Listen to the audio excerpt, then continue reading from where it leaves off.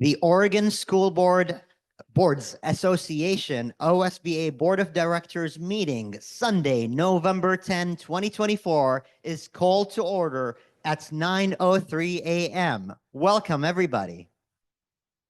I love the energy. Good morning. How are you feeling? I want to get the feeling of the room. Tired. Yes.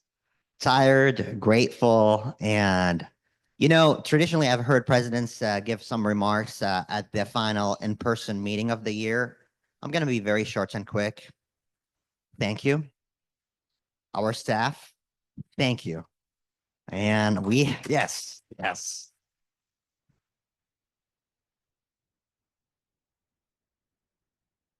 Staff, I want you to know you're sacrificing a lot of your time over this weekend, and I know past weekends on the road, and your work is just making a huge impact on those 1,400 board members, on the 500,000 kids.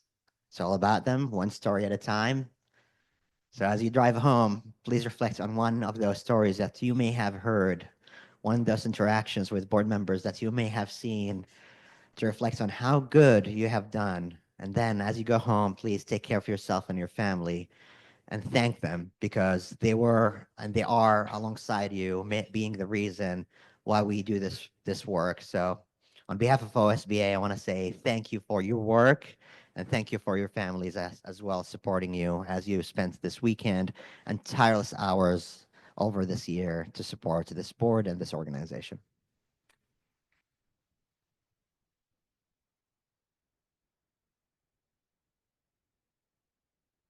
This meeting is a time for reflection, to take a step back and to look at what we have built and what we need to continue building. So imagine the castles of hope analogy we talked about, or those walls of the Japanese garden that may stay for thousands of years because of diligent work, brick by brick. This is the time for us to look back and see those bricks that we put together. What kind of image, what kind of impact, what kind of strength they make. So we will get to reflect, recognize your accomplishments, celebrate the people who are going to be moving on from the board, and also reflect on some good work that we will be doing coming in.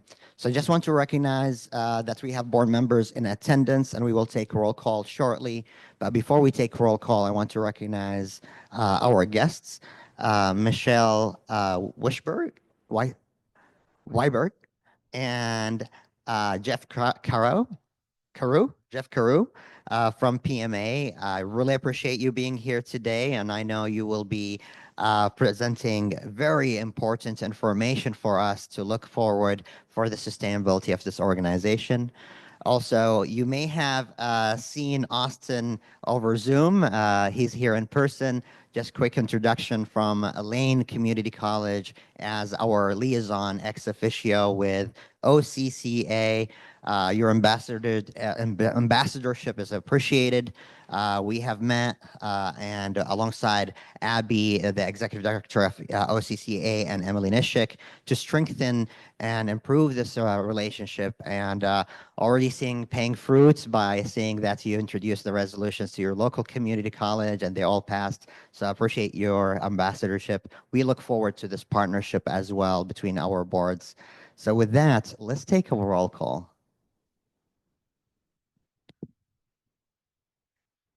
Craig Albright, Jeff Crapper,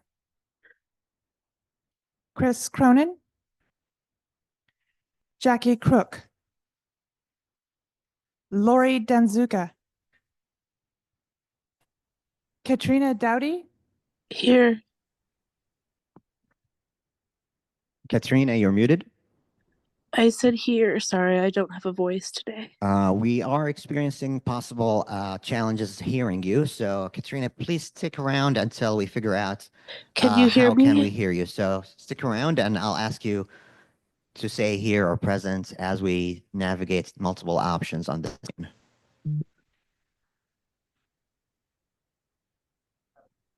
Could you try one more time? Can you hear me? Yes, we can. Okay, sorry, I don't have much of a voice. Here. Thank you. Neelam Gupta,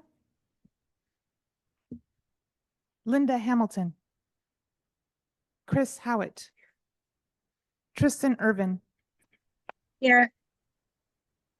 Greg Kintz, Christy Kotke, Steve Lowell, Here. Sonia McKenzie, Sonia McKenzie is excused. Alonso Oliveras, Here. Chrissy Wrights, Clyde Rude, Nicole Shaw, Emily Smith, Nancy Thomas, Glenn Wachter, Dawn Watson, Anna Ali, Krista Parent, Austin Falnagi, Sami Aladabru, Here. we have a quorum. Seeing that there is a quorum that the board can transact in business, and with that, I want to share some highlights of the room. For us, those who want coffee, please feel free to grab coffee from this side. There's still food if you want to continue get some food. Please feel free to do so. Bathrooms are behind the elevators from this side. Microphones, please make sure you speak to the microphone. And also, please note that the meeting is recorded. So for purposes of documenting the meeting, please make sure that's when you recognize you speak to the microphone. And we do have microphones on the tables that are recording all time as well, correct? They need to be turned on. Okay, so make sure you turn it on. They're turned off now for feedback. As well, for those board members joining us on Zoom, Steve Lowell and Katrina and Tristan, please raise your virtual hand and staff will be looking for it and will let me know if you are seeking to be recognized. And also for those in person, you may please raise your tent. And maybe if I don't see you or lock in eye contacts with you, just make sure you raise it to 11 so I know that your tent is up. For that purpose, if you don't mind, those who are not here, we have a bunch of tents there. You can put them inside or something like that, just for me to make sure. Okay, what else? Is there any housekeeping things I need to?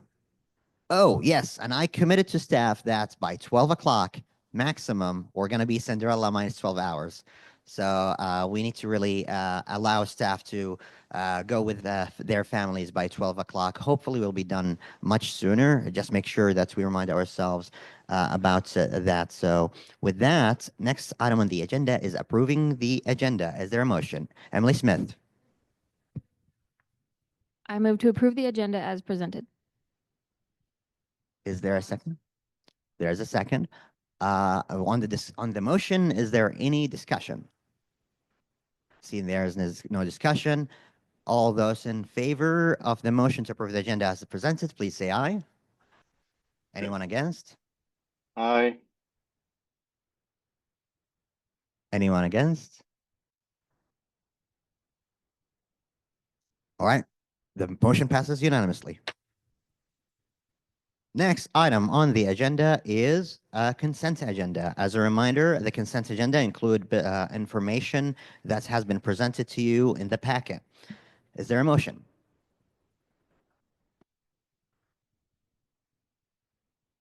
There we go. Oh, Chris Chris yeah. Howitt. Chris Howitt moved to approve the consent agenda as presented. Is there a second? It's been moved by Chris Howitt and second by Chris Cronin. Is there any discussion on the motion to approve the consent agenda? Seeing there's no discussion, is there any objection to passing the consent agenda as presented? On the motion, there's no objection, passes unanimously.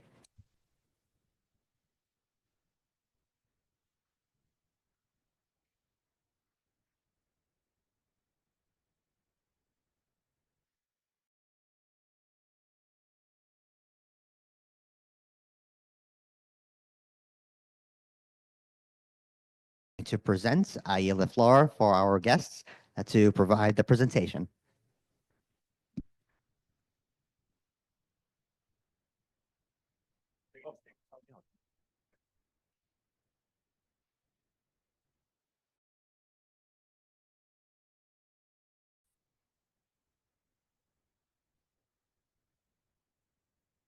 My name is Jeff Carew from PMA Financial Network, and this is Michelle Weiberg. And we are very pleased to be here. We'll only take a couple minutes of your time today to introduce a project that we are working on.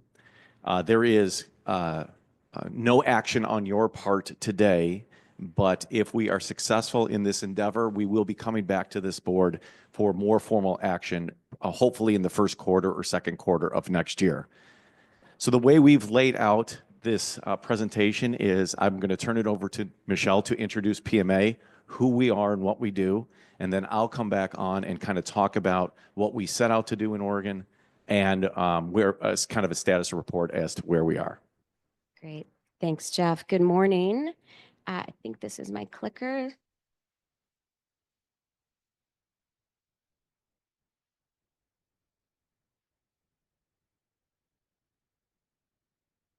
Is it on?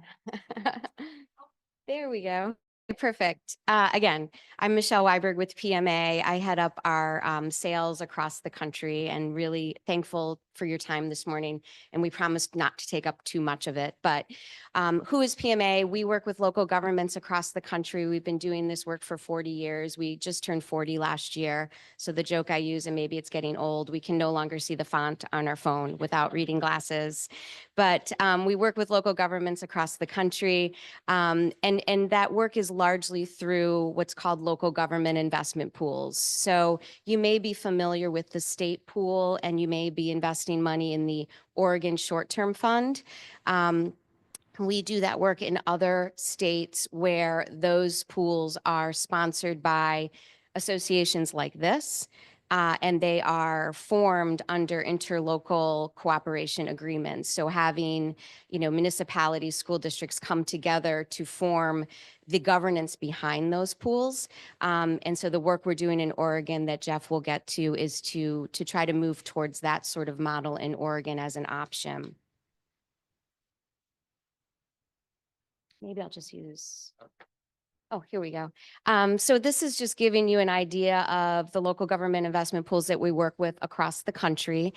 We did just merge with one of our largest competitors. So PMA has merged with PTA to form really a company that is now coast to coast, working in 26 states, providing this service to local governments. So we manage about $140 billion, again, in 26 states, serving over 11,000 local governments, have about 250 employees in 15 offices across the country. So on the West Coast so far, we're only in California, but again, doing this work to sort of pave a path in Oregon.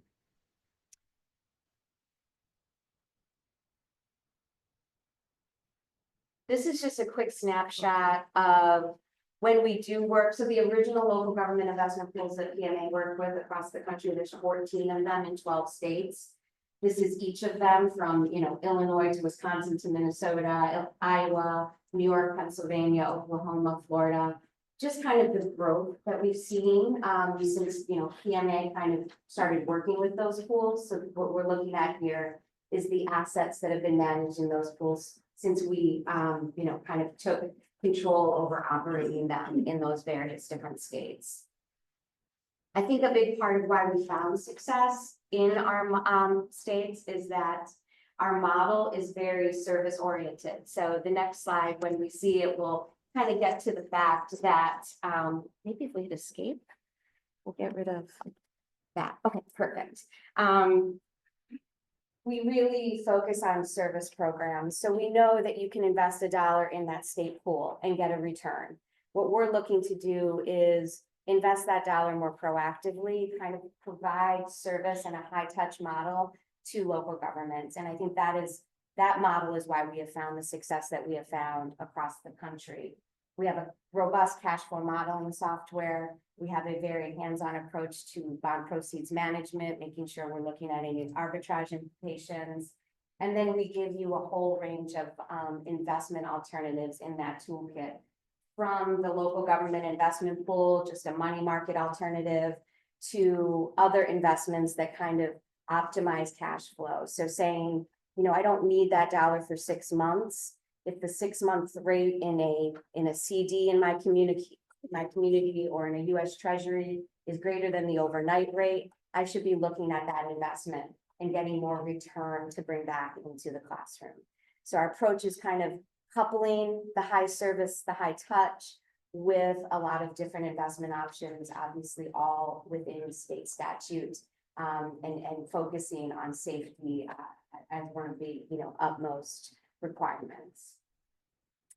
The next slide just kind of gives us an idea of using a cash flow model to kind of understand that dollar, whether I need that dollar tomorrow or 6 months from now, and thinking about just the different buckets over time that I would maybe want to think about my dollars being invested.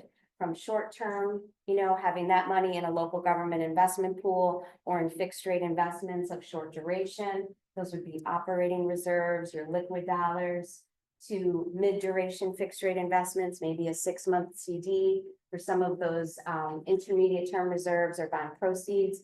And then looking way out long term, thinking about your pension debt, for example, your OPEB type of dollars that you don't need for some time, looking at solutions for that. So again, kind of having a local government investment pool governed by organizations like this, formed by organizations like this, so that we can meet those specific needs of the communities and school districts that are in it. With that, I'll hand it to Jeff to talk about what we're working on here in Oregon. Any questions in general about local government investment pools? So my role at PMA is to introduce PMA into states that PMA currently does not exist, and Oregon is one of those particular states.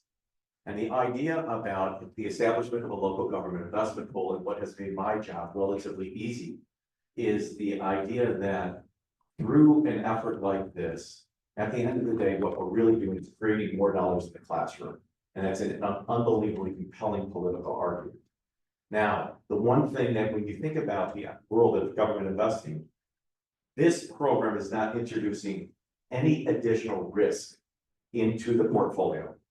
We are simply utilizing the investment vehicles that the state allows and the local district allows in a much more strategic fashion.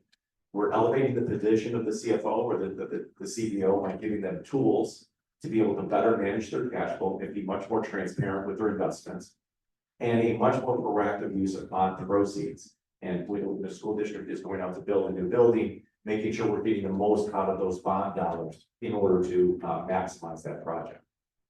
So in Oregon, what we set out to do was establish a local government investment pool, since right now in the state of Oregon, there is only one. It is the state pool. And that is not unlike most states in the nation. There is a state pool, and a state has a reason to have a pool like that. But state pools are not designed, it should not be designed to deliver the level of service that this program will bring to local governments, cities, counties, school districts, community colleges, and so forth. So we set out to establish a pool in Oregon that would be sponsored by OSBA, school, the Superintendents Association, COSA, and Oregon ASBO. And that with the idea of optimizing resources for schools. What we realized early on is that the current legislation in the state of Oregon does not allow for this particular work. And so our program had to kind of take a step back, and now we are working on establishing and getting that legislation changed. So we have partnered with Lori Satsfield, a big friend of the program, in order to help us get this done. And I don't know if any of you had the opportunity to walk through the Capitol with Lori. I had that opportunity during legislative days a couple of weeks ago. And it's seriously like going to her prom. It was just an absolutely remarkable experience. The meetings and how well received this particular idea has been by the state legislators that we've already met with. I'll be back in December to do it again during legislative days in December, but it has been very well received. And I think it's simply because it is the idea of being able to get more dollars in the classroom. That's really what this program entails. And it gives school districts the option to be able to participate in it. That is what we set out to do. Where we are today. one of the things that we have learned in all the discussions I've had at the coastal level and at the business manager level at Oregon ASBO is that everybody is excited about having this particular option. Now, understandably, there is a professional development component to this. There has to be. Because as we're moving into local government, more stringent management of our cash flow, more stringent management of our bond proceeds, we look to have professional development. And I could see professional development being really a combined effort between the three organizations. School boards being able to understand the reports they are getting, understand the transparency, the new level of transparency and cash flow that will be available to them. Superintendents being better connected with cash flow and understanding exactly how we're utilizing the resources, and at the school business level, being able to be unbelievably proactive and very efficient in managing their dollars. I think of the world as kind of every school business official will be able to answer the question. We know exactly when money is coming in long before it comes in, and we know exactly what we're going to do with it once it hits. And so it should elevate the profession, and really elevate the confidence the stakeholders or community members have in the financial management of their individual school district.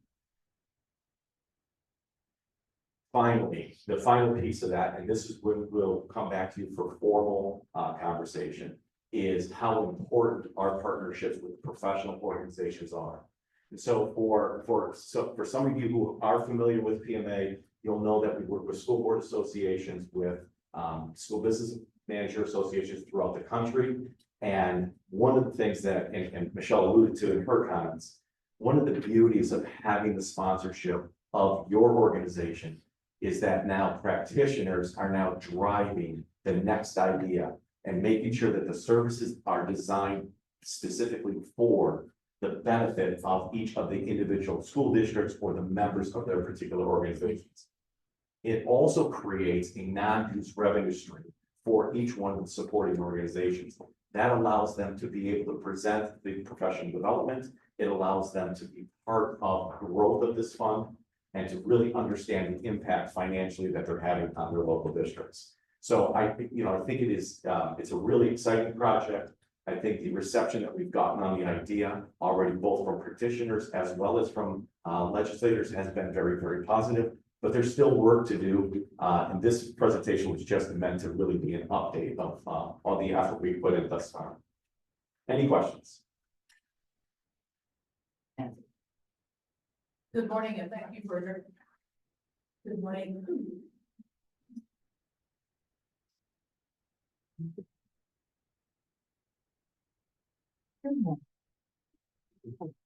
You only get one opportunity to make a first impression. I couldn't hear the first two. Thank you. This question is kind of to you and kind of to Emily. This sounds like a great idea on the face. But you're also talking to the individuals who take our tax dollars away from us and then underfund us. And now you're saying that we're going to tell them that we're going to invest our own money and we're going to be in control of it and they're not going to get their hands on it. I find that a little bit odd. And I think there's a little bit more that you might want to share with us to help us to understand how this is. It just, there's dichotomy here and I'm not understanding. We don't even get to control our tax dollars. Now you're asking them to allow us to handle our own investments. Really?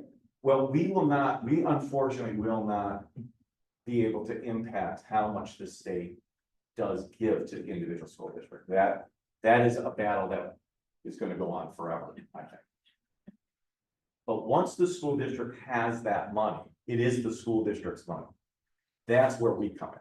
So the money lands at the school district, your state aid payment comes and lands at the school district. The school district can do whatever their investment policy allows them to do. They can invest it in their local bank, they can invest it in the state pool, they can invest it in there are several different places the money can go. In Oregon, you're somewhat limited of the options based on the legislation. Most of that money finds itself in the state pool. So, but once it's in the state pool, it's still the school district's money. It isn't the state pool's money. You have your own account. it really does work that way. It is the school district's money. What we're working to do is, as opposed to sending that money back to the state pool, which is an overnight fund, we'd like to give school districts the option of participating in a fund that has a number of services that are directly fashioned to maximize those resources. If you think about it in your private life, this is the difference between keeping your money at your bank, all of your money at your, or having some investment account where you're being much more strategic with those dollars. The beauty of a school district is we know 80 to 85% of the days you're going to spend money. That's going to be your payroll rates. So can we make investments out to those particular days and take advantage of the time value of money? That's the work that we are bringing to do. We unfortunately can't change what the state is giving to you. But I would say, from a political standpoint, as soon as a school district is able to prove they are getting the most out of the dollars they're entrusted to use, and they simply can't meet their goals, now you might have a better opportunity to talk to the state about increasing funding. You're doing as much as you possibly can. So I think there is, this is years down the road, but I think there is an opportunity to strengthen that side. So can you share with us all, we are in a major legislative battle right now. We have to educate 100+ new legislators. They're clueless about education, and we're underfunded, and we've got like major aspects and projects going on right now. And I'm trying to understand how this, thank you, helps out.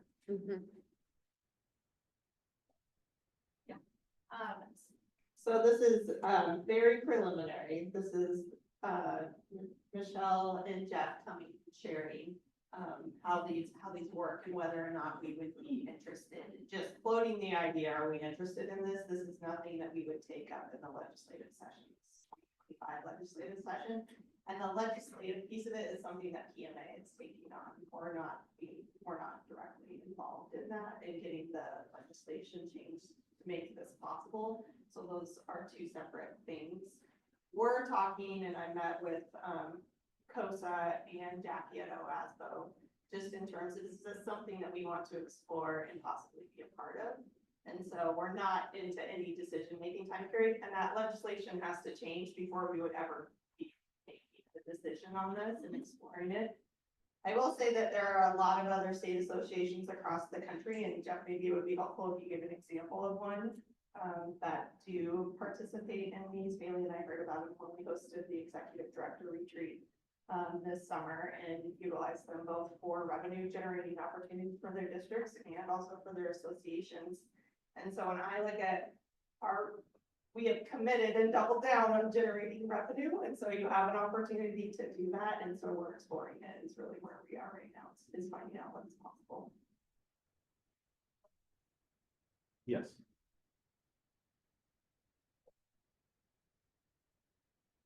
My name is Nicole Schott, and I represent the rural districts in Oregon. And I too think this is a fantastic idea. And I'm wondering how you're working with ESDs, because I think most of us don't have CFOs.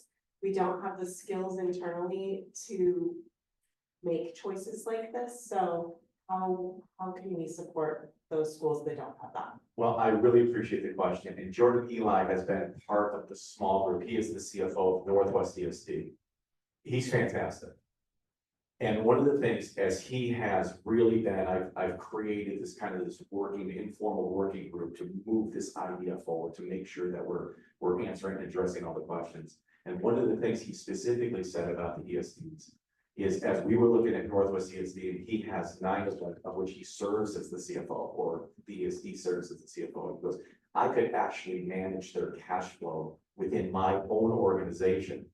George's head started spinning a little bit, and then he started thinking, there may be even ESDs that don't have the level of resource that I have here. I could provide that service for the smaller ESDs as I get better at it.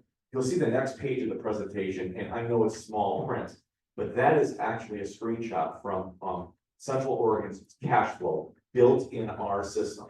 And so one of the things that we've done is we're already starting to model out what it could look like. Jordan had a hand in kind of evaluating this software. And he said, boy, I can do this. You know, I have the resource to be able to do this for a number of school districts. The ESDs will play a really big conversation because of the amount of rural school districts. And I think the financial impact on them, one of the things that we pride ourselves in our 40 years is we work with every school district. We, you know, our focus has always been from the time we started to now, we treat every school district exactly the same. The ESDs are going to give us an opportunity to really serve the rural school districts. If I can borrow your mic, actually. Thank you so much. And when you get a chance, I would love to hear more about the services around like public finance or financial services your organization provides, especially around capital projects. So at some point, if you're going to present on that or talk about that, additional information would be great. And where community colleges, where I see opportunities, we have strategic reserves, which essentially we have 180-day operation savings that we are, most colleges have the policies for.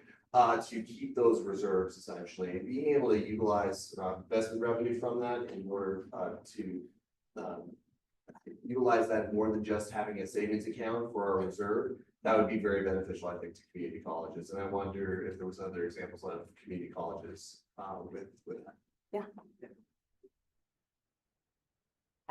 Absolutely, yes. And I mean, I think the whole concept here is allowing any size of local government, whether it's a large community college, small rural district, to have access to the same sort of investment expertise. You know, so leveling that playing field, making sure we understand their cash flow, giving them all the same kind of access. I think it's an incredibly underserved market. And it's the largest school districts, community colleges, counties, et cetera, that are getting all of that expertise and all of that proactive financial management. And what we try to do is really level that playing field in the states that we're in. We do work in public finance in a number of our states in terms of debt issuance. We're happy to talk about that. But our cash flow model is pretty awesome. It's able to kind of ingest any data, whether it's community college budget data or county or school, and kind of work with that data and develop an investment plan. So very adaptable.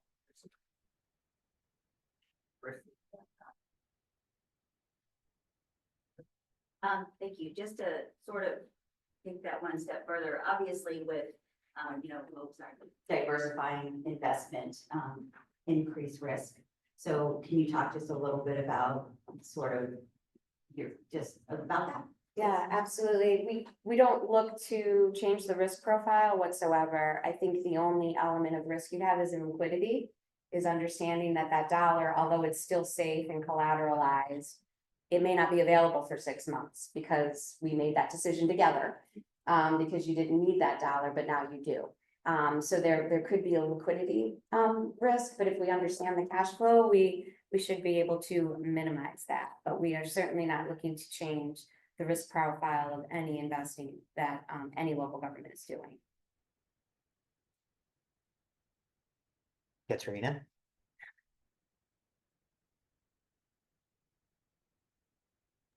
Yeah, sorry. I hope you can hear me. I just wanted to double check, is this same information and presentation being shared with OAESD? Because I know I heard the questions about ESDs and I really appreciate that insight, but I know we just had our governance council meeting on Wednesday and this wasn't a part of the plan. So are they going to be a part of the plan? Yes, both community colleges now having the opportunity to be Boston, as well as the ESD organization. What Lori and I had laid out is after December to make sure that we have the momentum in the House and the Senate.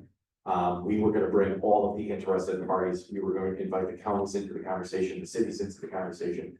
But you know, our core three, which is you guys, the school superintendent's organization, and ASBO, they've been really kind of helping us along as we've gone through this. And I think the cash flow piece that you were just talking about and then making it digestible and understandable, when I talked to Jackie at OSBA That's one of the biggest challenges right now for business managers. There's a lot of new business managers that don't necessarily have a lot of expertise in managing their cash. So when we look at some of our districts this year that are in pretty severe financial trouble, that it kind of goes back to that issue. And so I think that services and support is really beneficial to some of those districts that don't have really experienced business managers. Good morning. Thank you for this presentation. And I know that this is early stage. Just want to say thank you though to OSBA for bringing options on the table. I think that's really a huge gift to our school districts to have options, to know what's better than no overnight. Just about everything. So in the sense of exploration into the future, as you kind of work through this process, these relationships, and really explore what's could happen for school districts in Oregon. Can you also talk maybe just a little bit now about transaction fees, the cost of doing this to school districts? I know that your organization believes in transparency. It's all over your slide deck, but administrative charges, transactions, that's, you have to make money on this as well, so. Absolutely. Yeah, and so there's many, first of all, if legislation passed, it would pave the way for anyone to come in, other companies other than just PMA to come into Oregon. So it wouldn't just be self-serving in that regard, but there would be multiple kind of contracts associated with running these, from custodian to investment advisory to money transferring, administration, marketing. So there's sort of a lot of aspects to it. PMA wouldn't hold all of those contracts. You know, we would be investment advisor, potentially. We would be the one that moves the money around, administrative kind of back office, and work on the marketing. And for that, our fees across the country range in about 20 basis points, so 0.20%. And the state pool is probably operating at about 2 basis points or 4, somewhere in there. So complete transparency. Intergovernmental cooperation agreement forming an LGIP like this is going to have more fees associated with it. Our job is to make sure we can deliver a net rate that is competitive with the state pool regardless of that. And our job is to make sure we can deliver services that make it worth your while if sometimes our net rate is, you know, a little bit less. But that's not our only offering, is the overnight rate. As you just said, our offering is going to be investment alternatives that are out the yield curve. So that is all, you know, publicly available information, and we track it every day for every state we're in, where our rate is, where our competitors' rates are, where the state pool's rates are. So it's something we watch very closely to make sure we're delivering value to participants. The fund will have an information statement, and every school district and every entity that wants to participate will have to pass a resolution. So there is, I think there's a real great opportunity for exposure, because not only at a conference like this, but then that level of exposure right at the local level where they're passing that resolution to participate in the fund. They're not obligated to. They would just, this would become an option that they would have available to them. And I would just, if I could add one more thing, a way that we kind of, I don't want to say easily, but it's still a challenge to try to beat the state rate if we have 10 times the cost, is that we understand the cash flow of the individual participants, so we can manage the fund more effectively. The state pool has so many different dollars in it. They can't really proactively manage that money in the fund. So it is quite common that we can exceed their return because we can just manage it more proactively. I would like to invite us probably for a few concluding questions. I see Neelam, Chris Howard, and Nancy for a second question. So how about we'll start recognizing who was first. There's someone else too, under Clyde. I think it was Chris, Neelam, and then Clyde. And then Nancy, are you okay? We after Clyde, we're perfect. And Chris. Okay. Good morning. I'm kind of, absorbing a lot of this. It's Sunday morning, and I think I'm understanding from when you first started to where we are now. Because I want to make sure when I go back and try to explain this to our people that I'm explaining it well. as I'm hearing it, what this does is the money that our school districts have, so our ending fund balance, we're able to invest rather than having it be in what basically we lose money when we try to invest it, because the investment rate is so low based on old historical ways that we were supposed to keep our money safe, and in keeping it safe, we're losing the investment component. And our district is a little more robust than others, and we should be able to make safe returns on that. So did I capture it? Am I understanding it? Yeah, there wouldn't be, I don't think your district is losing money. They're just not earning. We're not getting it yet. Right, exactly right. And your question, Barlow, right? Right. All right, so at that particular district, we've used them as the model. Jordan and I have used them as the model of where the benefits and the way you guys fall in the state aid equation, when your money comes in, you know, he started calculating like, my goodness, the opportunity exists there. And better management of the cash flow would allow your district to take advantage of this program. Okay, great, thank you.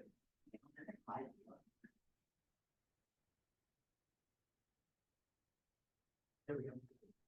No, excuse me, thank you so much for this information. I think this is really an exciting opportunity for Oregon. I'm curious, given your experience in other states, you know, if you can give us a little bit more information about like the type of school districts that opt in, or the type of entities that opt.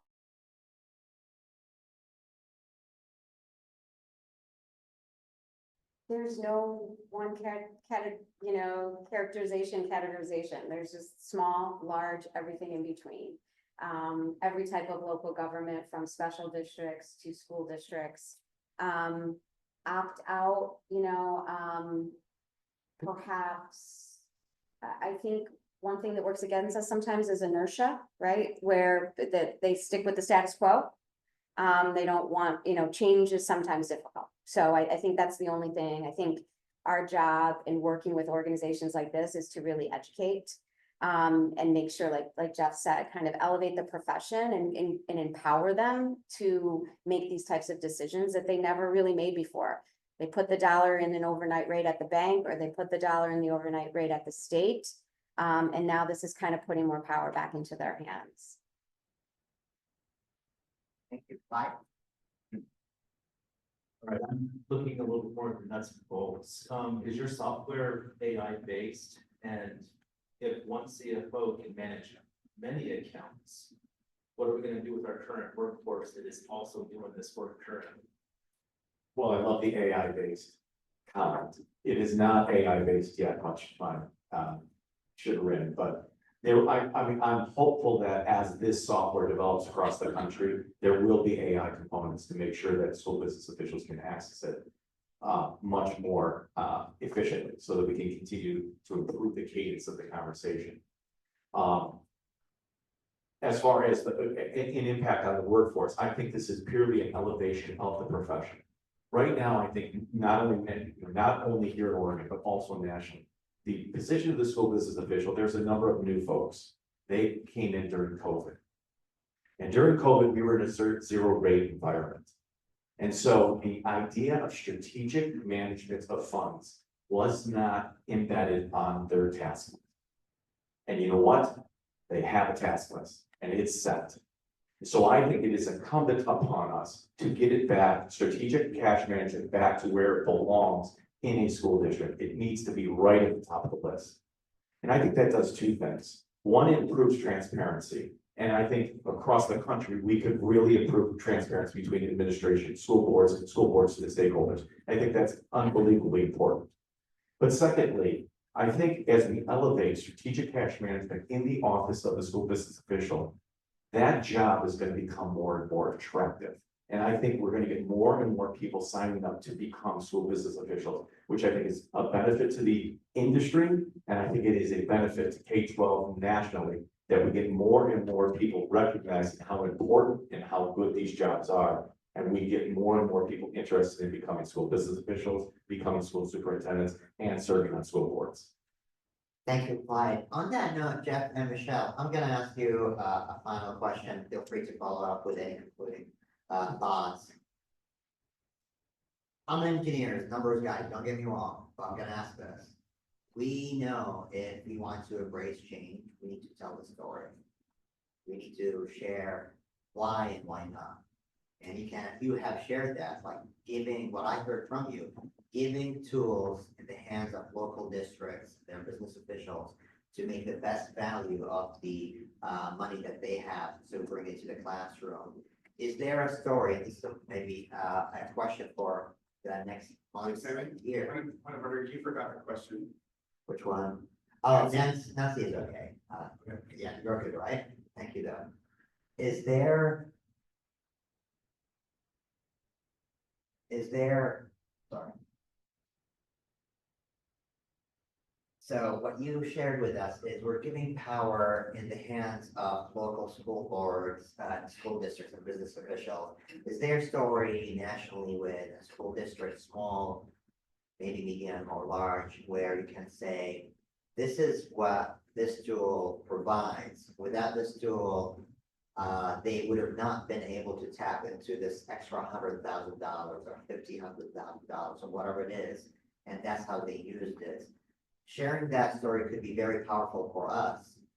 We know extra dollars are great to bring to the classroom, but we know when we go back to our constituents, board members, local members, or even legislators, that story will resonate. Very powerful. So I'm gonna leave it to you to share if you have one of those, or maybe we can take it as a homework and then any concluding remarks. Thank you. We will bring a very specific story. Our Aswell International presentation in Nashville just a couple of months ago, we had a panel of school business officials, Pennsylvania, New York, LA, and Texas, or New York, Illinois, and Texas. And the New York school business official told a story about proactively managing his cash. And he was able to create an additional $780,000 in interest income. And based on the size of his district and based on previous years, and then he equated that to the number of teachers they were able to keep in that particular district. Now, that was New York, and so it's gonna really ruffle your feathers when you find out how few teachers $780,000 saved in New York. So I'm not gonna give you that number, but that story, the idea of being able to have those resources available and they trickling down to the classroom, I think really resonates with the concept of strategically managing your resources. Thank you so much. Really appreciate the. Thank you. So board members, in this short amount of time, we are presented with tools and options on the table that we may consider. And we know there is a long-term discussion that we will be having and possibly actions in the following year. So Jeff and Michelle, thank you so much for this presentation. It was very powerful. Feel free to stick around, but it's Sunday, so if you want to go and do something more exciting, feel free to do that. Thank you so much. Thank you. Appreciate it. So again, this is another moment for us to reflect, how can we make sure we can strengthen our boards and our community, school education community. Really appreciate your mindful questions. That was very powerful. Next item on the agenda, I want to introduce OSBA Policy 3210, Finance Committee, and OSBA Policy 3300, Budget Committee, for discussion and action. As a reminder, we do have on the Board of Directors a committee, that's the Policy Committee, that met extensively this year, reviewed a huge amount of policies and prioritized those two for us for action. They're ready for action today. So without further ado, I would like to introduce our policy wonk and guru, Spencer. Thank you, President. Considering that I have a slight wager on who can go faster today, so but I'm just severe disadvantage because I have more content. So I don't like losing. Hold on, got time. I probably will lose on this one. The policy committee continues to meet. We got to meeting in a week and a half, I think. With the short time of today's meeting, we didn't bring all of the potential policies. You'll see more in January. We continue to meet. Those meetings are open. You're welcome to join if you want to. But specifically some of the complaint, the whistleblower, policies that we've been talking about. This meeting is probably not long enough to have that conversation, but we are bringing forward some specific finance, committee recommendations from the policy committee. And, a little bit of background, the bylaws specify that the board will have a finance committee. So you've got a finance committee, it specifies who serves on that finance committee. You've got that right here, the secretary treasurer, the vice president, a PACE board rep, a district business official, an at-large board member, and the president as an ex officio. So that's the finance committee. The bylaws also say that you can add committees as a board. And you can do that on any subject that you would like to. The board has a budget committee. So back in 2016, a policy was adopted to create a budget committee. My understanding is that there was a budget committee prior to that, but in 2016 is when it was put into policy, or there were different groups that functioned similar to a budget committee. That budget committee in policy says that it is the finance committee plus the executive committee. Well, there's a lot of overlap between those two committees. So the only two people that serve on the budget committee that do not also serve on the finance committee are the president-elect and the immediate past president. So there's two people. This is the current general process of how the budget comes about for OSBA. And this is something that Chris Davidson brought up 2 to 3 years ago, just kind of flagged it as an issue, like, hey, we've got a bit of repetition going here. So staff prepares the proposed budget. So primarily Jamie and Emily, but in coordination with all of us, analyzing what needs do we have in the budget, what did last year's budget look like, all of those things. So staff prepares that. Then it goes to the budget committee. Again, budget committee is the finance committee plus the executive committee, so finance plus 2. Essentially, they meet, they review, have the opportunity to make amendments and then approve that budget to send it on. Keep in mind, these committees are open to the public. They're open to additional board members. They're open to anyone who would like to come. I don't know for sure that there's not a required public comment portion, but I think they're pretty low attendance for most of these meetings as far as members of the public or other board members go. And then after going to the budget committee, the budget committee will approve a version to pass it on. And then it goes to the finance committee. So same group, minus 2 people, they meet and they review the budget, they discuss it, make amendments, and it goes to approval from the finance committee. And then from there, it goes to the board. So the board obviously has the final say on the budget, and that's always done by no later than the June board meeting of any given year. So that's the way it currently reads. With the proposed changes that you'll see in the packet, starting on page 28, there is a memo that I wrote based on the policy committee meetings. And then starting on page 30, there is a red line copy, so a dirty copy, like we call in the policy department, that has all of the edits in there. You can see line for line, every edit in there. And then I believe on page 32, it might be 33 though, is the clean version. And some board members like to see all the edits, some just want to see what the final is. And that proposal primarily does, we get next slide.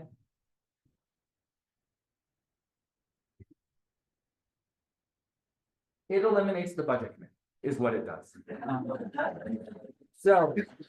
And the goal of this is not to reduce transparency. The goal of this is not to shorten or remove an important and super important aspect. In talking to the policy committee, the finance committee, and the budget committee, we brought groups together and talked to them. We said, is it valuable to have this second step here, the budget committee? And they're like, no, it's another meeting. It's the same conversation. It's the same people. We probably don't need to have that. And so that's where we came to with this recommendation, that in the policy, it looks a little concerning. If you look at it like, wait, the budget committee's deleted? It's removed?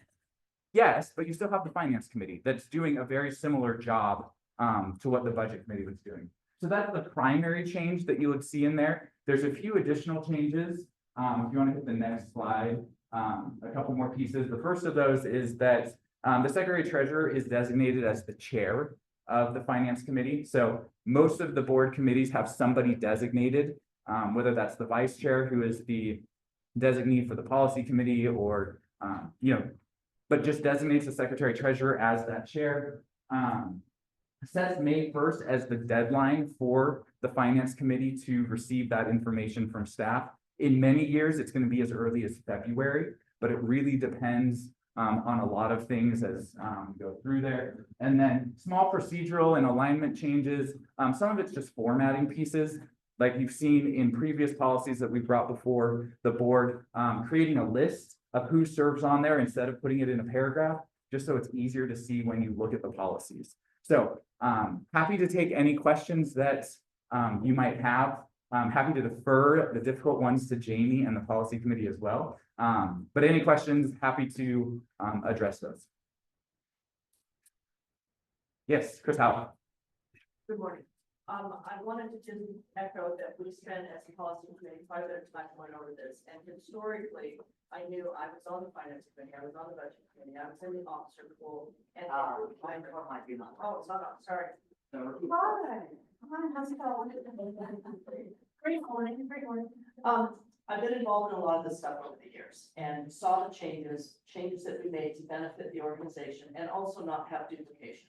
So I support what we've been doing. We did spend several meetings on this to make sure that we weren't excluding something, that we weren't rushing a step, that we weren't overstepping. So it is a good consolidated move, and I think it will help the organization be clearer, and there won't be this, well, we did it in this meeting, or we're supposed to do it in that meeting, and save a little bit of time. So that was what I wanted to say.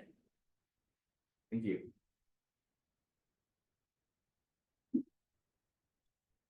I move that the board adopt the revision to policy 3100. Board committee policy 3210, finance committee, and policy 4100, budget as presented with the fall, as presented. I'll second. Second by Mr. Greg Hintz. Thank you. And discussion.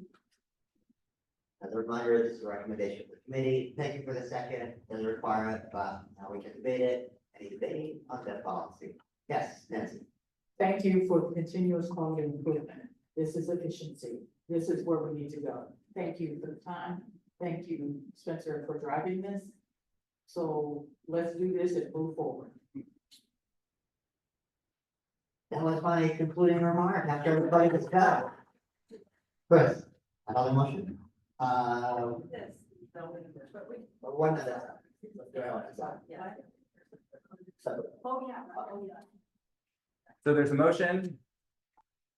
Can I just call for the vote? Can I just go for it? I'm trying to be Christian here. My chances are very limited. Oh, Linda. Yeah. I know some of it's outlined in your book. I didn't bring a crayon. Yep, no, you're good. So the biggest change is that the budget committee goes away. And the roles of the budget committee are absorbed by the finance committee, which is largely duplicating the same steps. So that's the biggest change. And then, like I said, adding the secretary treasurer as the designated chair. So the committee doesn't have to vote on that on an annual basis. It's just the secretary treasurer's committee. Those are the major changes. Nancy. If you could go back to the slide, literally this will help you go back to the slide where he said it had the 4 categories, and then he eliminated the one, put the big X in the, you will see that those same individuals are in that other committee. And that's the visual for you to keep in your mind. That's the big change.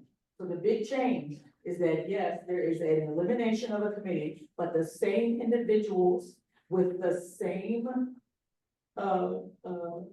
goal are on that next one. So look at the budget committee reviews and approves, look at all those individuals, and then look at the finance committee reviews and approves.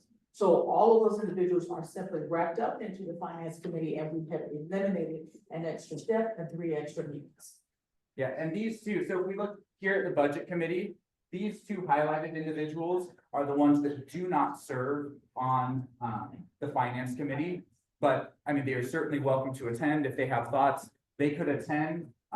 And as members of the executive committee, I'm sure they would be invited to attend and share comments, but they also retain the ability to provide comments at the board level as well. So it's still coming before the board. It's still, everyone's still gonna have an opportunity. These are open, or this would be an open public meeting. Also, here is an open public meeting. So it's not taking away the opportunity for any voices. And Nancy, that was Nancy last. And one last meeting for me too, next year. Okay, so, the motion was to adopt the revisions to policy 3100, board committee, policy 3210, finance committee, and policy 4100, budget as presented. On the motion, or take out voice vote. All those in favor, please say aye. Aye. Aye. Anyone against, please say nay. Any abstentions to be recorded? See none. The motion passes. Any second motion? We have Chris Cronin, and then I'll recognize Jackie for after the motion. Chris? Following the suggestion, I move the board delete policy 3300 budget. Second, Chris Howard. Been moved by Chris Cronin, seconded by Chris Howard. And then Jackie, do you still want to be recognized? Not this time. Okay. Thank you. On the motion, discussion. Discussion has been made already. Thank you for the discussion. See, there's no further discussion. On the motion, it's been moved and seconded to, for the board, delete policy 3300, budget committee. All those in favor, please say aye. Aye. Aye. Anyone against? Any abstentions to be recorded? Seeing none, the motion passes unanimously. Thank you, Spencer. All right. Next item on the agenda is recognizing our members, but Jackie would like to be recognized. For what reason would you like to be recognized, Jackie? Point of order, but, we skipped the board calendar and the C and D under 3. It's in the consent agenda. Okay, I didn't know. Okay. So for the record, the question was about the calendar and other items that were in the consent agenda, and the consent agenda were already discussed, voted on earlier in the meeting. Thank you, Jackie, for the question. Any further? Seeing there's no recognition, no one seeking recognition, will return to the business. Recognition of board members with terms expiring December 31st. That includes board members or officers who are leaving their existing role for this year. So with that, I would like to hand the microphone to my dear friend, colleague, and successor, Chris Cronin. Oh, it's so good to get this microphone. Sammy, you get to stand next to me and I get to talk. Sammy, it's been a year of a lot of work on behalf with this board. We've had some struggles. You've taken us through it with grace and composure and dedication. And I know that you and I have had a lot of talks, and I can tell you this guy has worked really, really, really hard on behalf of this board to move this organization forward. And I personally am so glad that you have been our president, and I appreciate how hard you have worked to bring us all together. So on behalf of the OSBA Board of Directors, I want to thank you for your service to our organization. And you get this beautiful certificate that you can frame. And actually, you know, you heard my speech last week. I found this certificate in my dad's papers, not this one, but I mean this one.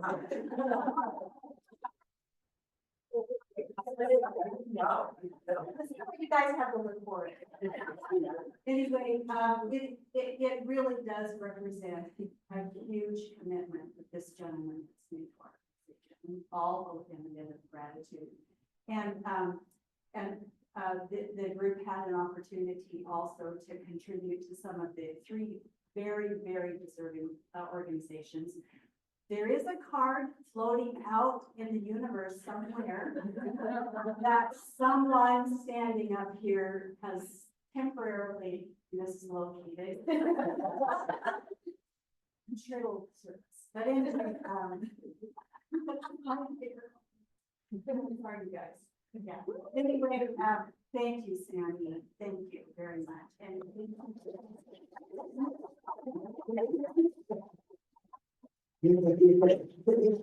Thank you.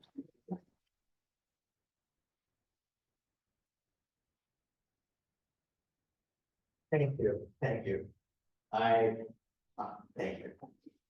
Really appreciate you. I saw some notifications from one of the organizations. I want to acknowledge the Vallis Center, I guess, Raven, Vallis Public Schools Foundation and Old Milton Center for Children and Families. Your donations to them means a lot to me.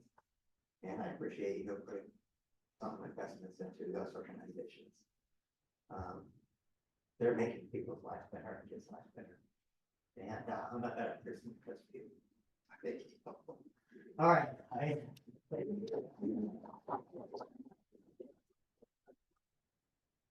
in the water, after you cross the Milwaukee security, the TSA, you take your belt, you take your shoes, there's a place where you put yourself together, right? So there's a word called discombobulation, and they created a new word, which is recombobulation area.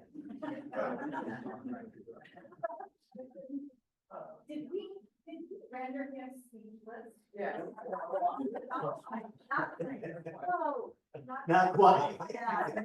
Almost. In relative terms. No, really, thank you. I'm truly a better human being because of each one of you in this room and on Zoom.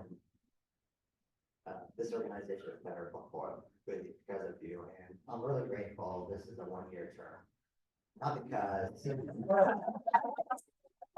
Let me be very clear. Let me make sure that I'm clear about why. Because you get to realize on your day one, alone or in 1 year, you can't accomplish much. But with the work of the past years and the following years with a team of dedicated people, it's a long-term work that we just add on to one by one.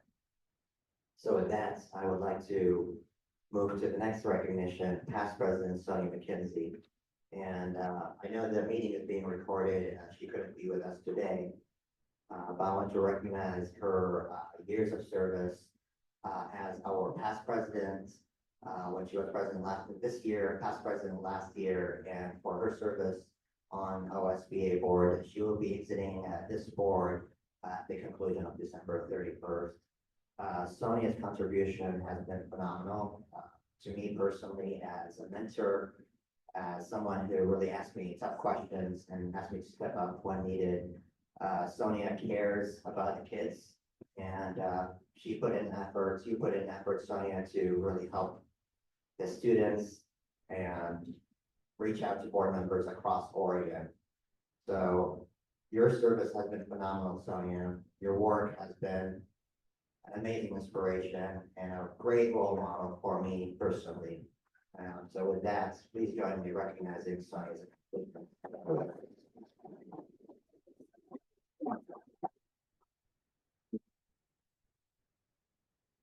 There's some items and gifts that we would like to give to Sonia, including a certificate, right, or a recognition plate. So I'm going to share with you here.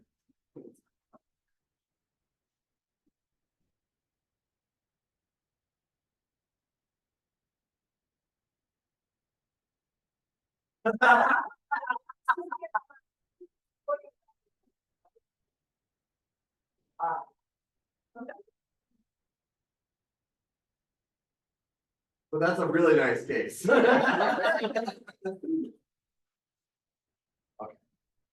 You know when you have a kid and they play with blocks instead of the gift? Sonia McKenzie for service to the Oregon School Boards Association Board of Directors 2019 to 2024, Vice President 2021, President-elect 2022, President 2023, Past President 2024. Sonny McKenzie, thank you very much.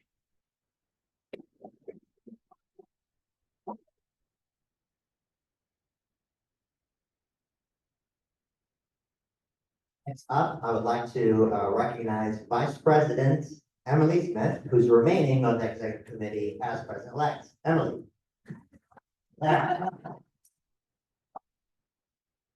I'm gonna try to render this feature this time. I'm not as good as Chris.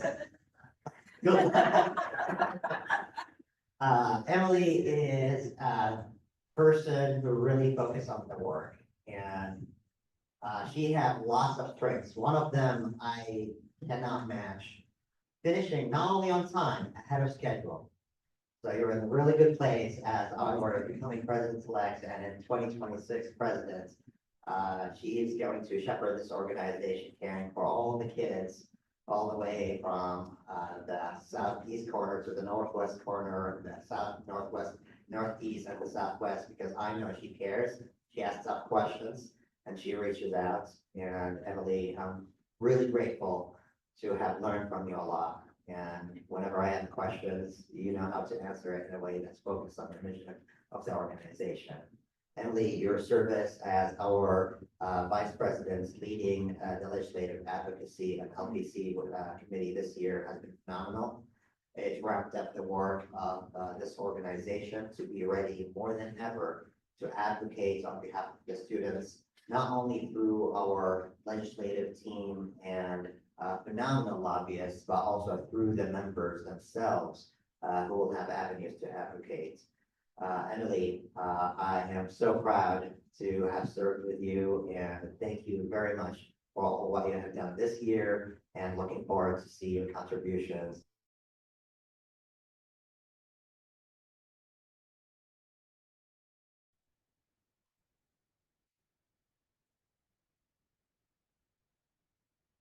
Secretary Treasurer Don Watson, who will be remaining as an executive committee as the Vice President. Don.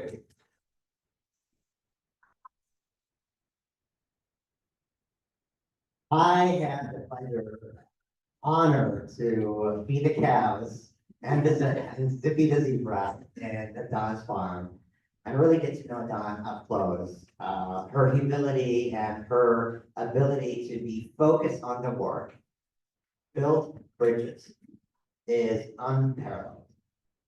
Don is a person who really cares about every single kid, cares about this organization to be stronger, doesn't shy about asking tough questions, doesn't shy away from saying we need to listen to every single question possible to make sure this organization is better. And I'm going to share a really quick story about Don. Back in January 2021, we were doing the thing that we do for a few years. We have the executive committee members share the priorities of OSBA and speak with our senators and representatives. Usually the senators speak more than us. Listen to them, we share with them a few of our talking points. We flipped that model. Don shared personal stories from her community with a focus on special education. The senators listened to it. We talked about full funding of IDEA, which has not been happening since the 70s. But there is a pie in the sky hope that we have a bill that one day will become a reality with not much co-sponsors, and she shared about that. How can we get to full funding of IDEA? It was a pie in the sky. But 2 weeks after that, we hear from Senator Merkley's office, after being with us, listening to our stories, and what I would say, in my opinion, listening to Don's contribution. Now he is a co-sponsor on a bill for full funding of IDEA.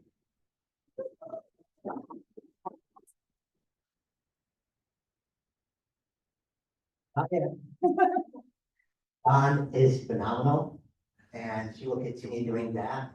She'll continue making sure each one of us, each person in this organization does the same thing, being able to find their voice, elevate the voice of their communities, and make sure our kids are taken care of.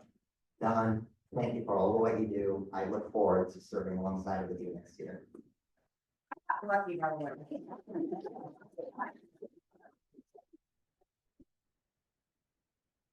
Last but not least, Jeff Cropper, would you like to come in?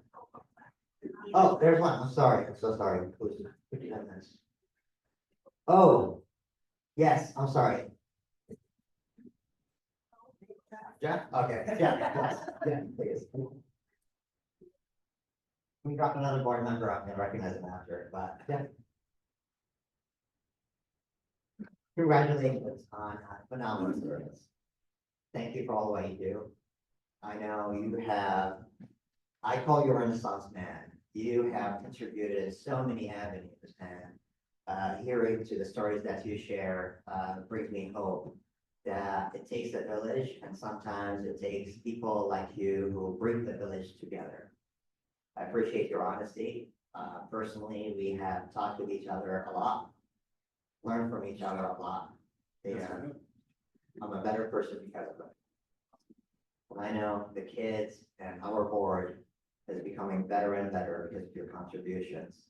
I have no doubts you will continue serving the schools, school districts, and the kids of Oregon as you continue serving. So for your service on this board, and personally, for your honest conversations and contributions to me personally and to our board becoming a better organization, sincerely, thank you and congratulations.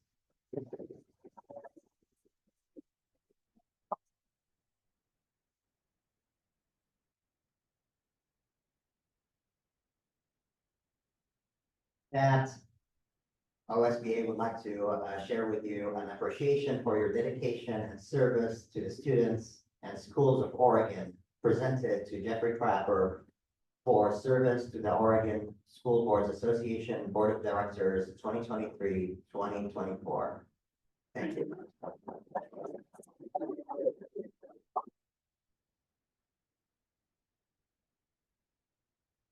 I just want to say thank you for all. As you know, this last year has been a little bit of a challenge. My goal is to see how many times I can get appointed on this board. So this is my third time and I've never done a full term. So just saying, so you may not be done with me yet. And I don't care what people from Helix say about you. I think you're all awesome. I just one last time, so maybe until next time. But in all seriousness, as a career educator, I just want to say thanks for your kids. You know, I'm kind of a weird unicorn where I've been an association officer for OE through my local OEA chapter, and then also a teacher, and then also a school board member in here. But one of the things that really gave me hope yesterday was having my room packed with almost 80 board members for my conference. And so please do have those conversations with your teachers. Please do have those conversations with admin and figure out how can you get connected in there, because I know as a teacher myself, I love it when board members come and ask us, how can we make a difference? How can we support you? And I know that that's a huge bridge. And then also too, I had a lot of people say, hey, I want to come check out what you're doing for your job in Salem Kaiser. And I want to say that door is always open. So if you want to come check out our airport hangar we just bought in Salem, that's great. But I would say the last thing I really appreciate about this group is I walk away with some amazing mentors. I still am in contact, having coffee with Jim Green soon, and I do my picture of my workouts with Lori, seeing, okay, because we're the only two people awake at 4 o'clock in the morning on the treadmill at OSBA conferences. So I did that challenge, and then also too, meeting Salam, as you know, and so we meet at least once a month, and just an amazing asset in my professional and personal life. So the relationships I made here are awesome, so I thank you a lot.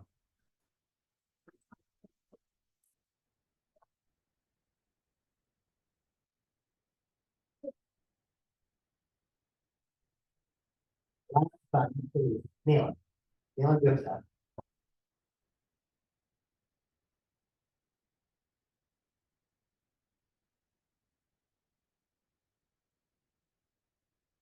Neelan, congratulations on your service as the president of the caucus and today as the representative from the caucus to OSB, the Color Caucus. Your service has been phenomenal. You have contributed with a calm, thoughtful manner, bringing thoughts from the members that you represent to this board, building bridges across this board, and asking tough questions. And I'm so honored to see your service on your local board, this board, and your advocacy on behalf of the students that you represent and all Oregon students. Your stewardship for this organization has been phenomenal. We're very lucky to have your contributions. Thank you for all what you have done.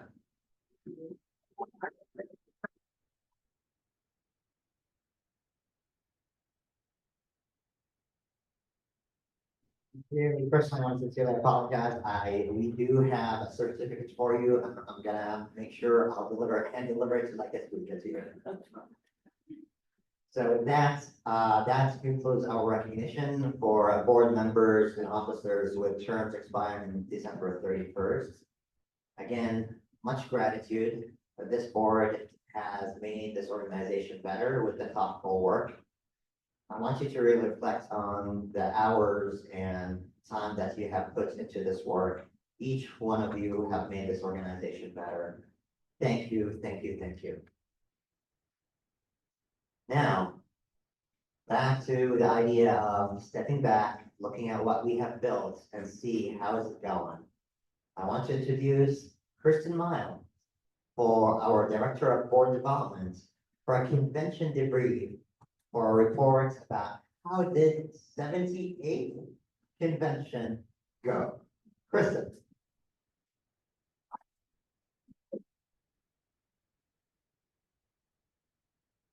Thank you. Okay, Spencer's section took 14 minutes, so I think I'll probably win this.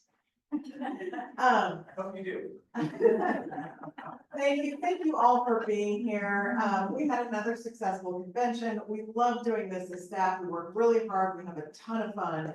I think this is my 8th one, and these are just wonderful events. And thank you all for your support and for being here. I have some preliminary numbers for you and some notes. So, first of all, I wanna specifically thank some folks in the room and then specifically thanks to folks who are not in the room. Sharisa and Henry, I would be really remiss if I didn't call you out specifically for all your work. I spent a ton of time with Sharisa and Henry over the past couple of days. And, just their tireless efforts. I'm sure you saw them running around. I'm sure you got 30,000 steps every single day. And thank you for your work. And Janet, who I'm sure you saw all over the place too. She's not here, but we couldn't have done it without the entire staff, and I just wanted to name those folks specifically.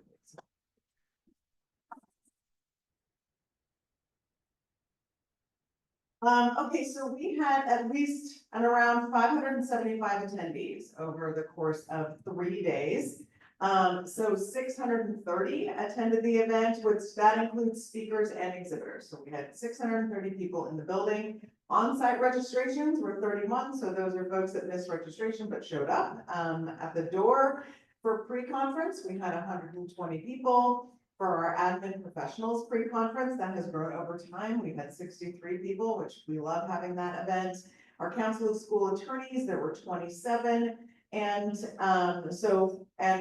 those numbers are about right. We were a little lower on AC itself, but the rest of the numbers were about the same as they normally are. 596 attendees logged into our OOBA app, and which folks really liked. They liked the ease of that. They liked the connection of that. There were a lot of comments and a lot of use of that. And also with relation to that, we did that award at the end of general session. That was like super last minute, and folks really liked that, the energy of that little piece at the end. So feedback that we've already gotten directly from attendees, workshops were great. People liked the workshops. Hope you felt the same way. You'll have an opportunity to give feedback. We heard that people really liked the repeated sessions piece, which was new this year. So we had fewer overall sessions, but we heard that there were enough sessions for people to choose from, but if they missed one that they wanted to see, they could see it again. And so we asked specifically, we went around and, said, what do you think about this model? And we heard really good things about that. Let's see, we got some comments on the new registration desk. I'm sure you noticed that we have registration in a different area. That was a beautiful space created by Sharisa. So thank you for that. There was a lot more room, really good flow. There were a couple of comments about like, this is different and, different, not in the lobby, it's a little bit separated, but a lot of comments about that being in a good space. The general session layout, I'm sure you walked in the room and thought the same thing, like, oh my goodness, there are tables. We would listen to people walk in and go, oh, tables.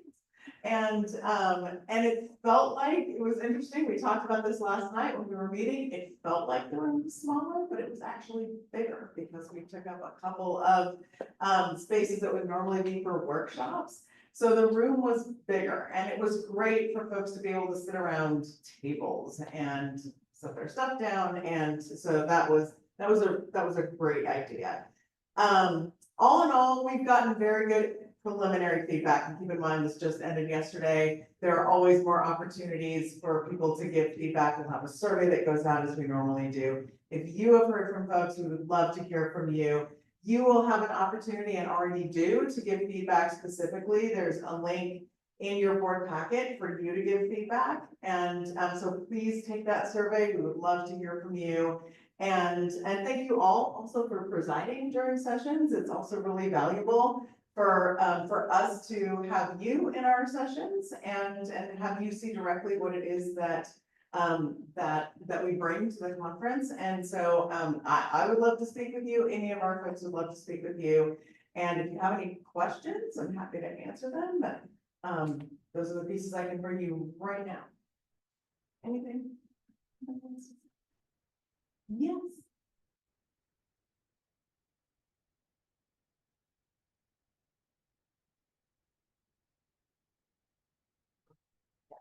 So, I think it was a lovely conference and great job, everybody. It was amazing and I've heard great feedback.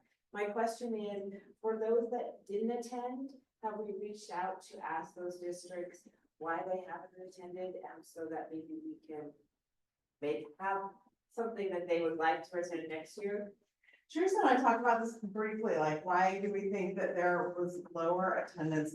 We only heard from a couple of people that there were, some safety concerns, but we didn't really hear much about attendance. We wonder if there are just some overall statewide budgetary concerns but I think it's a great idea to maybe ask, like, why you chose not to attend this year, so that we can, hear some feedback on that, because we would like to know why attendance was a little bit down. Yeah, I just wanted to say, thank you so much for what your team did. So, I mean, I presided twice, and then I also had, I presented twice, and I also had 2 groups here from 2 different schools. And your team was phenomenal. And also when my teachers brought more students than they told me they're gonna bring, they accommodated well. And so thank you so much. And also too, for AD, I know, I didn't see you still here. It's around the corner. Okay, it's not here. Like, even then when I went to put in my presentation, everything went like 10 times speed on my video, and the audio stopped working, and it crashed my whole computer.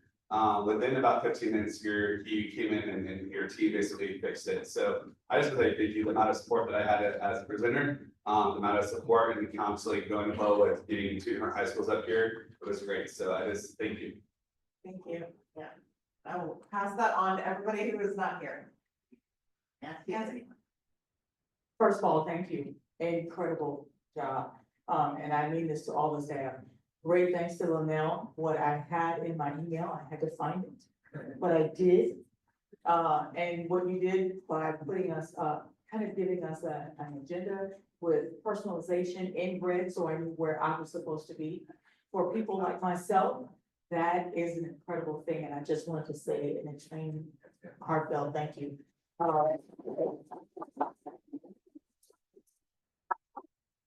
I also wanted to know that I did have a couple of conversations with people, and the conversation was, oh, where are the sodas? And it was, oh, well, where's this? And I said, oh, those cost money. And they said, oh, and I said, yes, they do. And we made a concerted effort to reduce as much as we could on this event. I explained to several people that this is the most expensive endeavor that we do. It is important, it is critical that we continue to do it, but we have to do it in an efficient way. And so I want to hats off to everybody who made the decision to do what they did, we still had an impeccable and incredible event. So I just want to say thank you. I wanted you to know that, yes, I defended some of our decisions, not to have sodas flowing, especially when we have, you know, quotes of $5 of soda. We all could have brought in a case and done better than that, okay? But I just wanted to say thank you, because this is really important. And if by chance we get the opportunity to move this event out of the court, I'm gonna raise my hand and say do it. But thank you. Yeah, thank you. Thank you. And I want you all to know that, you know, whenever we are considering, you know, what we are providing versus cost, we really do think really carefully on what the cost of something is versus, you know, what the relative value of it is. And so we really go through and think really carefully about that, because we want to be as financially responsible as possible with our expenses and provide the greatest value to attendees as well. So thank you for explaining that, and really appreciate that. And that is a huge piece of our thought process. Great example for that. Yeah. Thank you. Just ditto on such an amazing conference. Just, you know, every year, every time I come to these conferences, I enjoy the networking with colleagues, the amazing keynotes and breakout sessions, and, you know, just the vendors, everything about it. So, you know, and especially following the elections, a time where people are feeling anxiety, you know, a range of emotions. It's so important for us to be together and to center on why we're here for the students. And so that really, you know, was so important to me. And I know, you know, just want to say so much appreciation to the team for everything you did, particularly this year. You know, and I'm curious, you know, because I got the impression there were a lot of students, a lot more students this time, which was amazing to see, you know, all the young people that were participating, and to, you know, have opportunities to chat with them.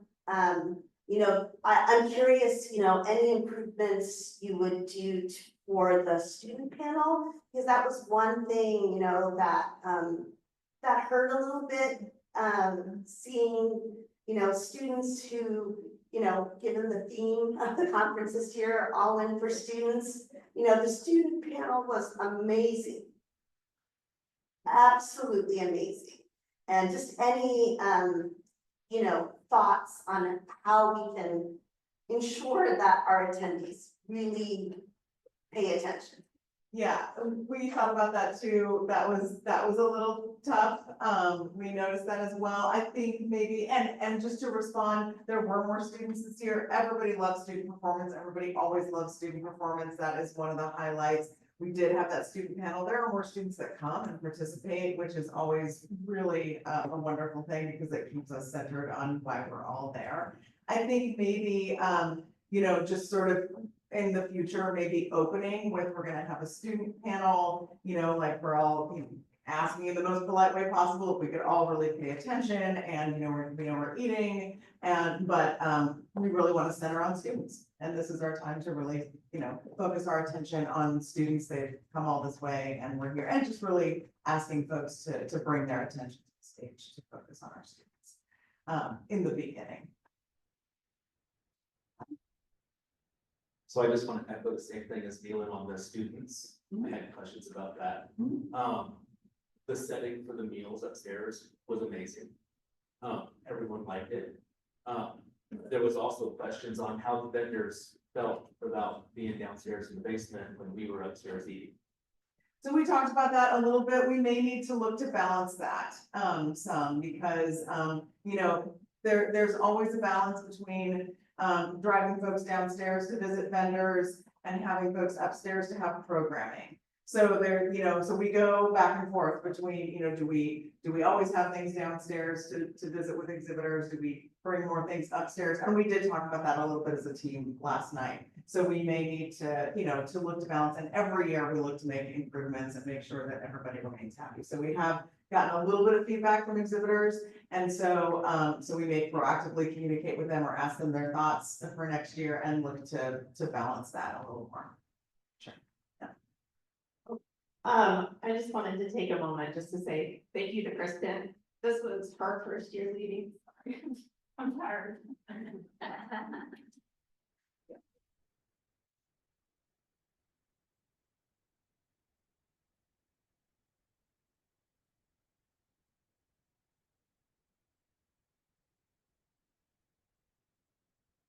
The year when we could have hunkered down and we could have done the same thing we've done. The team did not do that. They tried so many different things. Janet went to DC. She got a lot of ideas when we went to the equity summit, brought them back, was super energized to be able to bring that in. That's where she got the design for the ballroom and that member experience. And really, I just am super proud of the team. Jamie was brand new, leading all of the logistics for this event. Haley stepped up in a million different ways. There's a whole other event that happens during this time that we didn't mention, which is the Council of School Attorneys that Haley puts on during this time as well on Friday, where all the attorneys attend. And so I just want to take a moment and say, this is a hard year, and you all came together in a really incredible way. And I appreciate the board who has stood by us.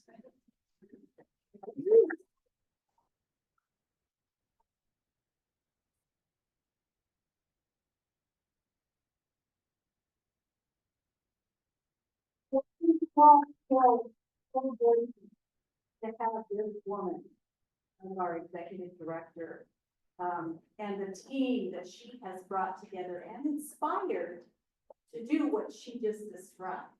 We are so fortunate to have her. And they, I said to somebody, it's like 10 weddings, they're putting on 10 weddings. and it's, everybody's exhausted.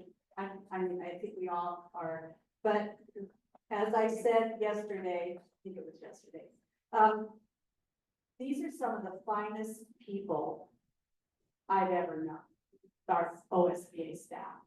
And they have put their heart and soul into this. And so, and I just want to say this was a year of angst for me, I think for a lot of us. And there were some wonderings whether we should have a convention even. Would people come? Everyone I talked to was so glad to be together. We needed this. We needed a time to focus on what we can do together and what is important. And so I am so grateful that we were able to do this. And I'm going to carry that into the next year. If we can put on a convention like this, well, I didn't have. But if this can happen, we can do amazing. So, Kristen, thank you. Thank you for your part and to all of you. And Well, and I will just say really quickly, just in response, we as a team asked Emily to weigh in on a lot of decisions and make a lot of choices, and she stepped up like she's been here for 10 years. And so I want to thank you on behalf of all the staff. So thank you for being there.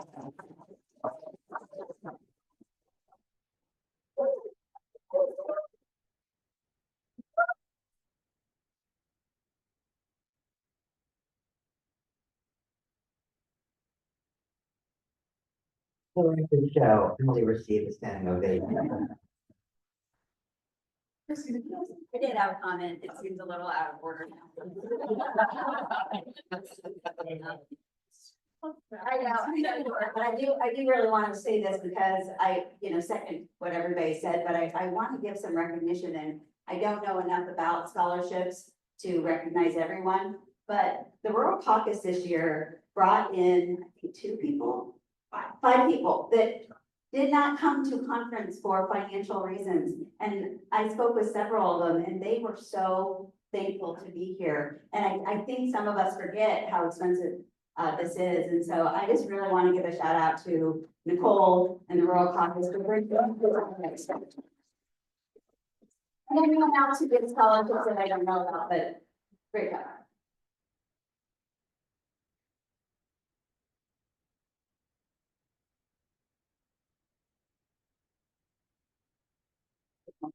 A couple comments. I really appreciated the time to connect. I was a presider during all the sessions, so thank you, Linnell, for giving me that roadmap so I knew what I was doing. But I just appreciated that time after the one session, now I can go do some networking because it allowed me to actually do some real networking at that time because I had specific people that I wanted to speak to, so I appreciated that. Instead of just rushing to my next thing. The other thing I wanted to talk about was the land acknowledgement for the 9 tribes of Oregon. I know it was a process. I don't know who was on the team, but I know there was a lot of work put into that. It was really a learning process for the team.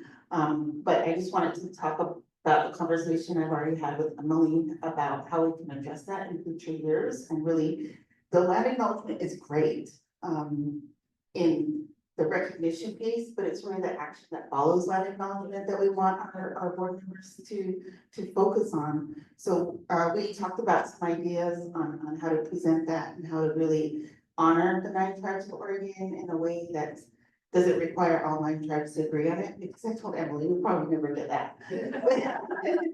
But I appreciated the work that has gone into it as a member of the Confederated Tribes of Warm Springs. It's really impactful to me, and I shared that with my tribal folks.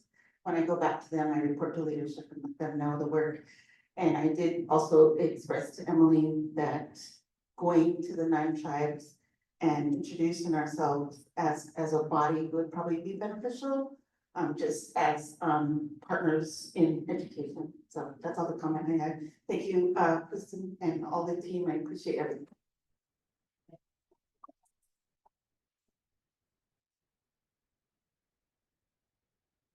Yeah, I just wanted to point out, I think Spencer beat you, so just. I know, it was unexpected. And